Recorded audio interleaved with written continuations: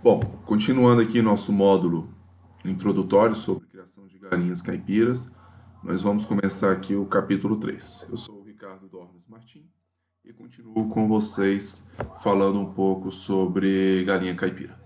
Bom, aqui nós vamos conhecer os ascendentes da nossa galinha caipira, quais a espécie ou quais as espécies, a gente vai ver que é mais de uma, que deu origem à nossa galinha caipira atual, a nossa galinha caipira moderna.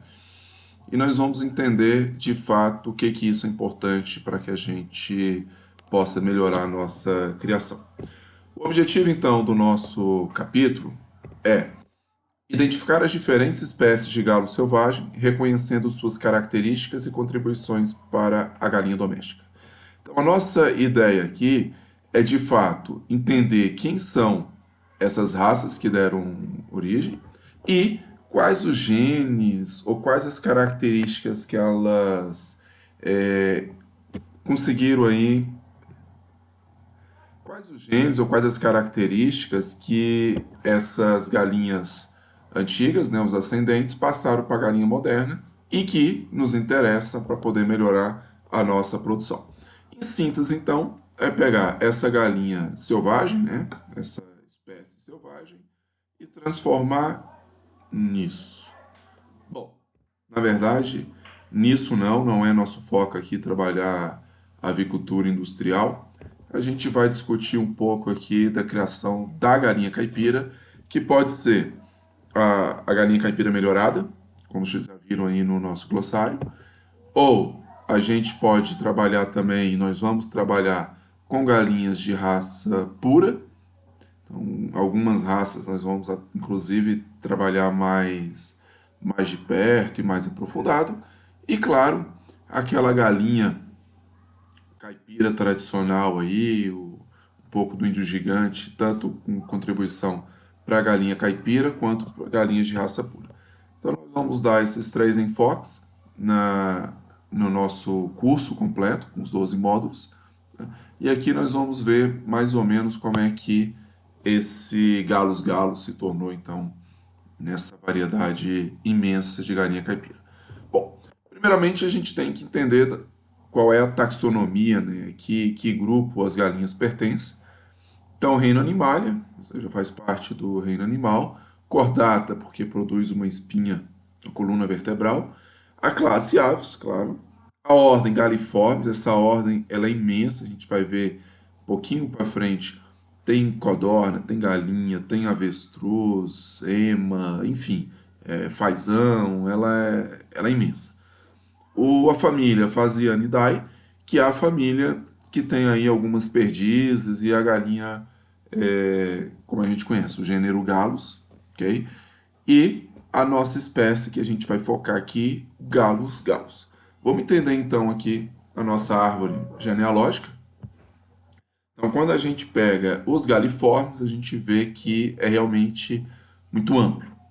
De fato, tem de tudo que a gente possa imaginar nesse gênero, desde a pequenininha codorna até o imenso avestruz.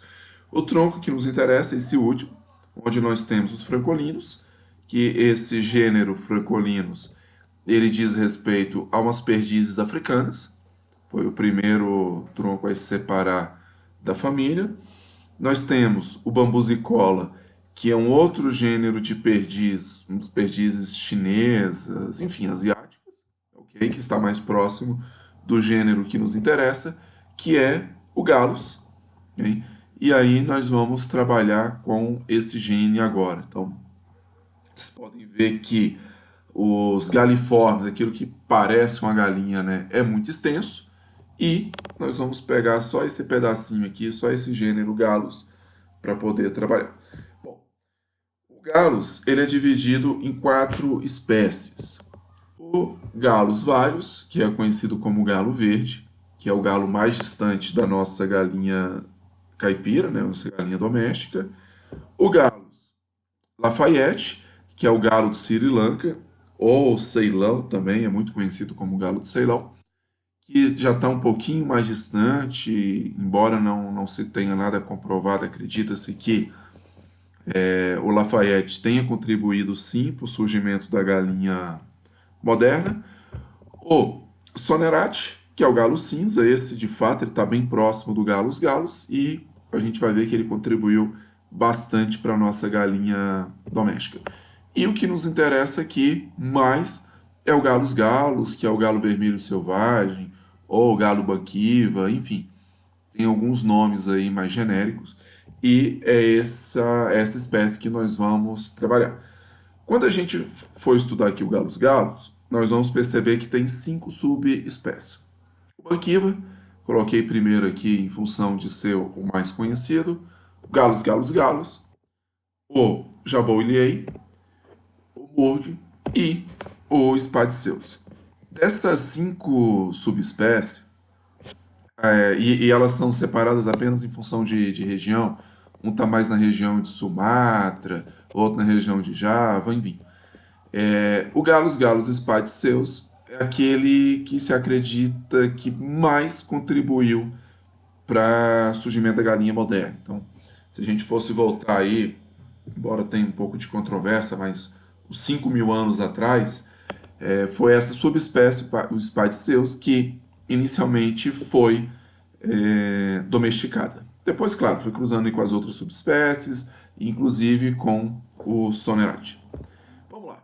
Quando a gente olha no mapa do mundo, vou dar um zoom aqui nessa região do sul da Ásia, o que está de vermelho tem o gênero Gallus, dependente das 4 espécies. Eu vou modificar aqui a cor para a gente ver melhor essa distribuição. Então, nessa cor aí, um bege um pouco mais claro, nós temos o Galus galus, que é a nossa espécie objeto aqui, o Sonerati, o galo cinza, que contribuiu demais. Então, se a gente percebe no mapa, tem uma região ali que tem uma sombra, ou seja, esses animais eles conviveram aí, convivem até hoje na natureza e acredita-se que essa proximidade pode ter contribuído para o surgimento da nossa galinha doméstica.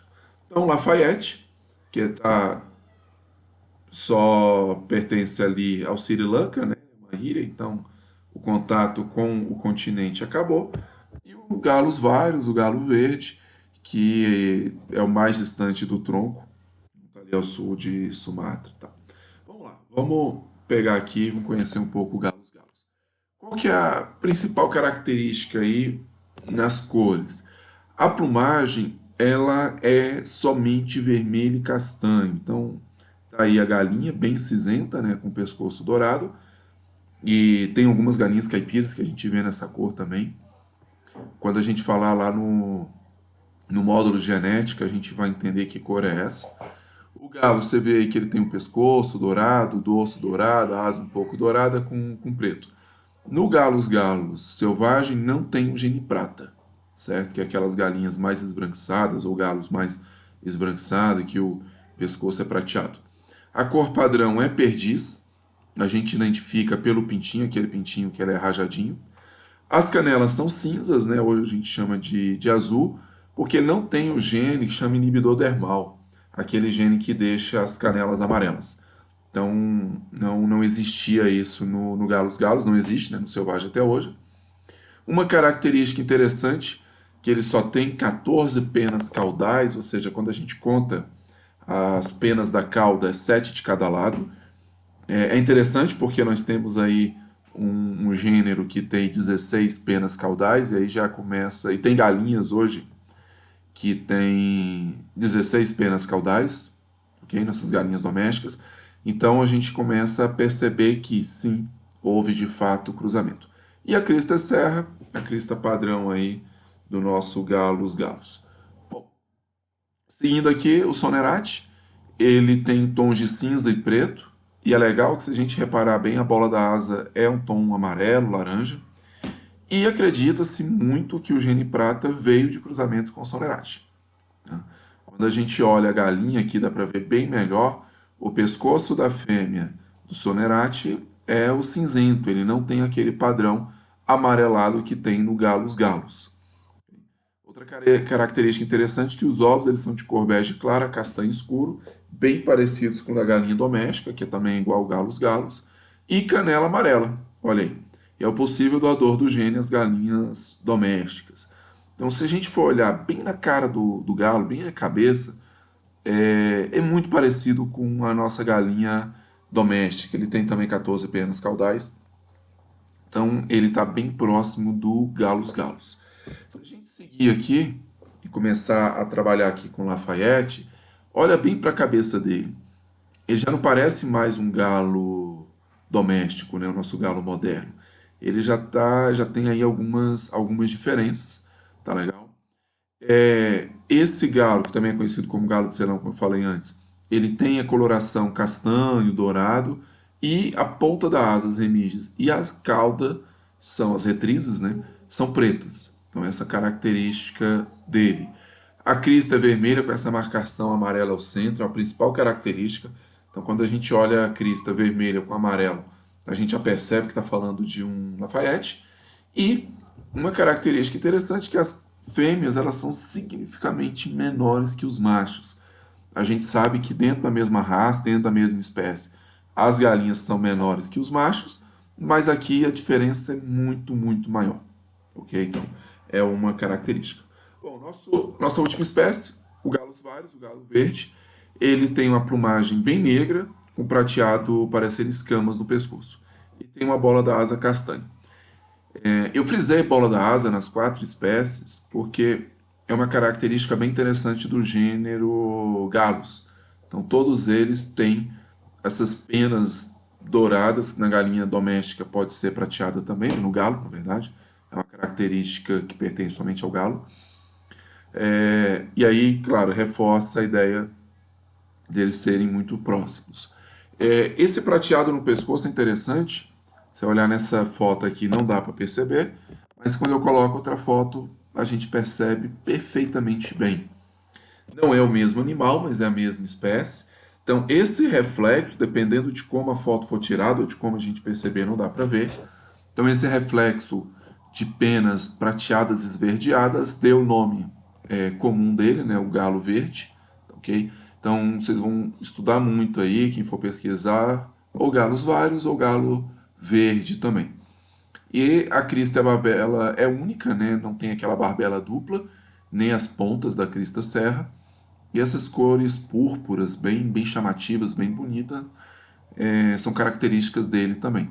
E se a gente for dar um look lá na cabeça dele, olhar bem de perto, a gente vê que já é bem diferente da galinha doméstica. A gente não encontra um galo que tem aí uma crista desse jeito, uma barbela desse jeito, em função de ser aí o mais distante das 4 espécies. Okay? Então, um resumão está aqui. O gênero galo. Tem o galos, que é o da esquerda aí da tela, que é o que a gente vai trabalhar, e as outras 3 espécies, que a partir de agora a gente diz adeus, a gente não vai mais falar delas. No módulo genética, a gente vai trazer um pouco aí delas apenas para justificar os genes que tem no galos, que na galinha doméstica. Apenas para isso. Nosso foco, então, vai ser esse belíssimo animal aqui, o galos, o principal antecessor da nossa galinha, o principal ascendente da nossa galinha. Nessa foto aqui, fantástica, dá para ver perfeitamente bem as 7 penas caudais. Então, a gente vê tudo aqui que a gente identifica na nossa galinha também. Um belo exemplar que, infelizmente, hoje a gente não consegue garantir que é puro, que é de fato selvagem, em função de miscigenações, de cruzamentos. É muito complicado. Aqui no Brasil não existe selvagem, tá? Tem o Banquiva, que o pessoal vende por aí, mas não é o selvagem, nem é o selvagem domesticado. Enfim, tá há centenas de anos que esses animais estão sendo cruzados entre si com os domésticos, selvagens, então a gente não consegue de fato ter certeza. Tá legal? Bom, é isso, pessoal. Capítulo 3 fica por aqui. Espero que vocês tenham ficado curiosos a respeito das outras espécies. Dê uma pesquisada na internet, tem bastante coisa. Claro, filtrem, tem muita besteira também. mas tem bastante coisas. Dê uma pesquisada, vai ajudar no entendimento da galinha caipira. Legal? A gente fica aqui, até daqui a pouco, com o nosso capítulo 4. Um abraço.